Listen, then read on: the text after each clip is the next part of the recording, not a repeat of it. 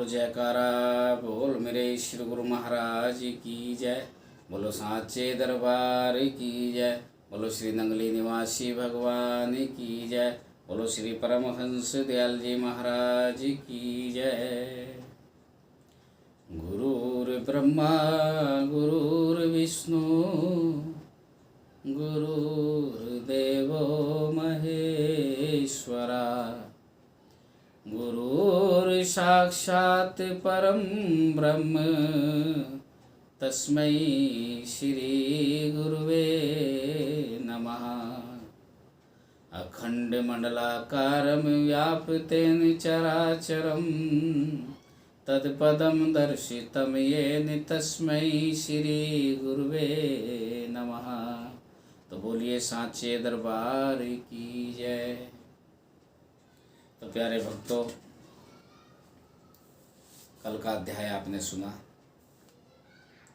किस प्रकार दादा गुरुदेव लोगों की साजिश का शिकार हुए, जेल गए और जेल में जाने के बाद भी परोपकारिता नहीं छोड़ी।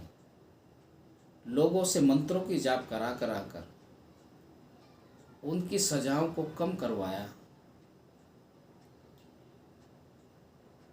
लोगों को जेल में भी नाम की दीक्षा दे देकर उस परमात्मा की भक्ति के लिए अग्रसित किया। अब उससे आगे का वृतांत आज सुनिए। आज 12वां अध्याय आप लोगों के सामने श्री दादा गुरु परमहंस महाराज जी का जीवन चरित्र का है। ध्यान से सुने। दरोगा रामचंद्र जी की परोपकारिता। कारावास का यह नियम है कि जिस बंदी का आचरण अच्छा हो तो उसको कुछ समय पहले ही छोड़ देते हैं। आज भी है। श्री परमहंस दयाल जी की भी निश्चित अवधि से 3 महीने पहले रिहाई हो गई। उस दिन लाला महावीर प्रसाद जी के घर से पहनने के कपड़े, चोला, धोती इत्यादि और दरोगा रामचंद्र जी के यहाँ से सवारी आई। पहले आप श्री महावीर प्रसाद जी के घर गए, फिर वहाँ से दरोगा जी के यहाँ पहुँचे। महाप्रभु का कथन है कि दरोगा साहब बड़े अभ्यासी और पहुँचे हुए व्यक्ति थे। उन्हें गाना बजाना, चित्र, घोड़े की सवारी और साधु महात्माओं की सेवा का बड़ा चाव था। वे अपने समय के बेजोड़ थे। वे अपने कर्तव्य पालन में अत्यंत दिलेर, न्यायप्रिय और निष्ठुर थे। जब उनका देहावसान हुआ तो महाराजा जयपुर के मुख से ये वचन निकला कि हमारे दरबार का तो आज से मजा ही चला गया। इतने अच्छे थे कि जयपुर के नरेश बोल रहे हैं कि हमारे दरबार का तो मज़ा ही अब चला गया। वह ऐसा दिलेर व्यक्ति था कि जब लाठी लेकर दरबार में घूमता तो सब सरदार कांप उठते थे कि कहीं किसी को अनियमित रूप से बैठे देखकर हाथ पकड़कर उठा न दे और अपमान हो जाए। उन्हें जयपुर और जोधपुर दोनों रियासतों से कड़ा भी मिला था। दरोगा जी खानदानी अमीर व सरदार थे। उदारवर्ती तो उनके पैतृक संपत्ति के रूप में मिली थी। एक बार एक नाई ने उनके पिता दरोगा बलवंत जी से कहा था कि मैं आपके अतिरिक्त और किसी की हजामत नहीं बनाता। बस इस बात से इतने खुश हुए कि अंजुली भरकर रुपया देना शुरू कर दिया और लगभग 1 लाख रुपया दे दिया। और अभी देते ही जा रहे थे कि नाई के मुख से निकला, बस करो माई बाप, यह धन तो मेरी 7 पीढ़ियों के लिए काफ़ी होगा। तभी उन्होंने बंद किया। ऐसी ही उदार वृत्ति दरोगा रामचंद्र जी की थी, क्योंकि जैसे पिता वैसा ही बेटे में असर जरूर आता है। याद रखिए, पिता शराबी होगा तो बेटे में शराब का असर आएगा। पिता कबाबी होगा तो बेटे में कबाबी असर आएगा। पिता परोपकारी होगा तो बेटा निश्चित परोपकार करेगा। पिता के अंदर संस्कार संतों की सेवा के होंगे तो बेटे के अंदर जरूर थोड़े घने संस्कार संतों की सेवा के आएंगे। पिता अगर सत्संग सुनने वाला होगा, सत्संगी होगा, तो कहीं ना कहीं बेटे के अंदर भी वो अंश जरूर आएगा। जैसे आप लोगों ने सुना होगा, अगर बाप को शुगर हो तो उसकी शुगर खून के असर से बेटे में आ जाती है। यही असर रामचंद्र दरोगा जी के पिता के द्वारा उनके बेटे में आया। कहा भी है, तुलसी पंचिन के पिए, घटे न सरिता नीर, धम किए धन न घटे, जो सहाय रघुवीर। अब दरोगा जी की परोपकारिता के कुछ उदाहरण देखिए। एक सिपाही को लगभग 2 रुपया महीना पेंशन मिलती थी। कितनी? 2 रुपये। 2 रुपये एक महीने में पेंशन मिलती थी, किंतु उसका विचार काबा शरीफ जाकर हज करने का था। पर धन कहाँ से आए? उसने यह नियम बना लिया कि जिस दिन दरोगा रामचंद्र जी पूजन करके उठते, ड्योढ़ी पर ही खड़े होकर हर रोज सलाम करता। पहले तो उन्होंने समझा कि कोई अपना ही सिपाही है, किंतु जब उनका प्रतिदिन का नियम देखा तो समझे कि ये तो कोई ज़रूरतमंद है। एक दिन अपने पूजा के कमरे में बुलाकर उसका सब हाल पूछा और 400 रुपये उसे प्रदान किए, और साथ ही यह भी कहा कि इस बात का किसी से उल्लेख भी मत करना। दरोगा जी का यह भी नियम था कि 10-5 हज़ार रुपये नकद अपने कमरे में रखते थे उस मंदे जमाने में। आज की बात नहीं है। जब कोई भी सफ़ेद पोश आता, उसे दूसरे रास्ते से बुलाकर उसकी आवश्यकता पूरी कर देते।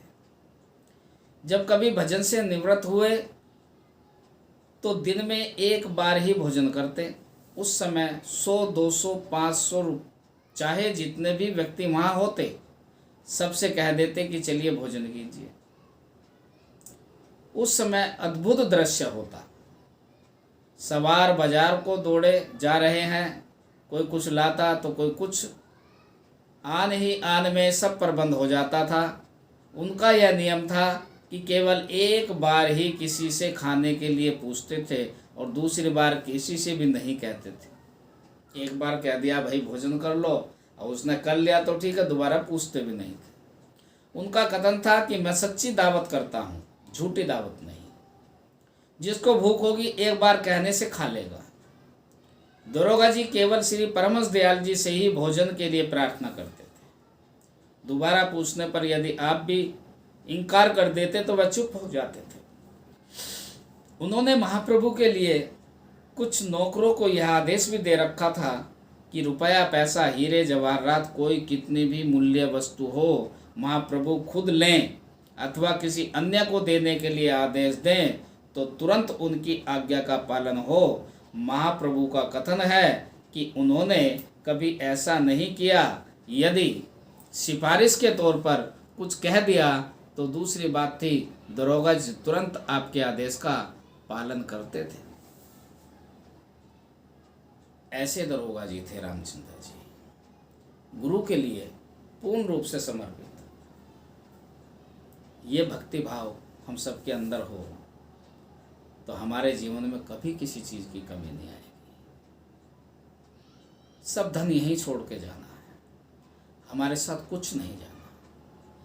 आप जो पुण्य कमा रहे हैं, जो सत्कर्म कर रहे हैं, जो दान कर रहे हैं, सिर्फ इसका ही फल आपको आगे मिलना है।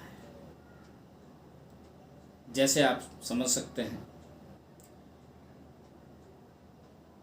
एक कुत्ता गलियों में घूमता है, दरवाजे दरवाजे पर जाता है, लोग कोई टुकड़ा डाल देता है और कोई डंडा मारता है, कोई गालियां देता है, कोई धुतकारता है। और एक कुत्ता गाड़ियों में बैठकर घूमता है। महंगे महंगे बिस्कुट, खाने के बहुत सुंदर सुंदर व्यंजन उसको मिलते हैं, सोने के लिए बेड मिलता है, ओढ़ने के लिए मखमली कंबल मिलता है वो भी कुत्ता है, वो भी कुत्ता और वो भी कुत्ता है जो गलियों में घूमता है। अंतर क्यों? दोनों के जीवन में कितना अंतर है? क्योंकि एक ने दान किया, भक्ति की, लेकिन नुगरा बनकर। नुगरा समझते हो ना? गुरु ना होते हुए। ऐसे बहुत लोग हैं जिनके कोई गुरु नहीं है और वो दान पुण्य खूब करते हैं। तो दान पुण्य करने से आप अगले जन्म में जिस योनि में भी जाएंगे, आप अच्छा जीवन गुजारेंगे। लेकिन 84 लाख से मुक्त नहीं हो पाएंगे। और एक जिसने कभी दान ही नहीं किया, कोई पुण्य कर्म नहीं किया, कोई सत्कर्म नहीं किया, और जब उसका अगला जन्म कुत्ते का बना तो वो डंडे खा रहा है, क्योंकि उसने दान ही नहीं किया। अब हम बैंक में पैसा जमा करेंगे, आवश्यकता पड़ने पे तभी तो हम निकाल के लाएंगे और फिर उसका ब्याज भी लेंगे। लेकिन जब बैंक में हम जमा ही कुछ नहीं कर रहे, हम ये जितना भी दान पुण्य करते हैं ये हम बैंक में अपना जमा कर रहे हैं। ये यहाँ भी मिलना है, इसका आगे भी मिलना है। कहा भी है, आपने एक LIC का नाम सुना होगा, जीवन के साथ भी और जीवन के बाद भी। यहाँ भी इसका फल मिल रहा है। आपके जितने भी कर्म दान पुण्य में जा रहे हैं, भक्ति में जा रहे हैं, सत्कर्म में जा रहे हैं, संतों की वाणी सुनने में जा रहे हैं, सत्संग में जा रहे हैं, लेकिन जो कोई दान पुण्य ही नहीं करता, सत्संग ही नहीं सुनता, संतों की शरण में ही नहीं जाता, तो उसको क्या होगा? उसे डंडे पड़ने हैं। उसका जीवन यहाँ भी नरक है और उसका जीवन आगे भी नरक ही है। इसलिए आप सभी भक्तों से मेरा यही अनुरोध है। मैं ये नहीं कहता हूँ कि आप हमारे पास आके दान कीजिए। आप जो भी जहाँ भी हैं, जो व्यक्ति जहाँ से भी जुड़ा हुआ है, वो चाहे माता के मंदिर से हो, भगवान कृष्ण के मंदिर से हो, राम जी के मंदिर से हो, भक्ति कीजिए, सेवा कीजिए, सुमरन कीजिए, दान कीजिए। लेकिन जो भी करना है गुरु धारण करने के बाद कीजिए, क्योंकि अगर गुरु बनाए बिना ही आप दान कर रहे हैं तो कहा है, गुरु बिन सब निष्फल भया कहते वेद पुराण। गुरु के बिना सब निष्फल है। अच्छा, एक चीज़ बतलाइए आप सभी जो पाठ सुन रहे हैं। भगवान राम स्वयं त्रिलोकीनाथ थे, स्वयं विष्णु जी थे। जब अयोध्या में उनका अवतरण हुआ, ये तो स्वयं भगवान थे। उन्हें क्या जरूरत थी गुरु की शरण में जाने की? उन्हें क्या जरूरत थी किसी साधु के, किसी फकीर के चरण दबाने की, उनकी सेवा करने की, उनके कपड़े धुलने की, उनके आश्रम में झाड़ू लगाने की? क्या जरूरत थी? वो तो स्वयं भगवान थे। लेकिन वो जानते थे, अगर मैंने इस मनुष्य शरीर को पाया है, इस हाड़ मांस के पंचभौतिक शरीर को पाया है, और अगर मैंने गुरु नहीं बनाया, मैं बिना गुरु के रहा, तो मैं भी नरकों में चला जाऊंगा। भगवान जानते थे नियम सबके लिए एक है, आपके लिए भी, मेरे लिए भी, भगवान के लिए भी। ये सृष्टि का नियम है। मैं नरकों में चला जाऊंगा, कुत्ते बिल्ली भेड़ बकरी बनना पड़ेगा मुझे, ये भगवान राम जानते थे। इसीलिए उन्होंने गुरु की शरण ली, गुरु के चरण दबाकर सेवा की। जब त्रिलोकीनाथ गुरु की शरण में जा सकते हैं, फिर हमारी बिसात क्या है? हम काहे का घमंड करते हैं? एक कोठी बना ली, 1-2 गाड़ी ले ली, थोड़ा धन बैंक बैलेंस हो गया, थोड़ा सोना चांदी होगी, बस इसी पे घमंड। अरे ये तो जिस दिन आँख बंद होगी सब यहीं छूट जाएगा। तुम्हारे साथ जाना क्या है? तुम्हारे साथ जो असली धन जाएगा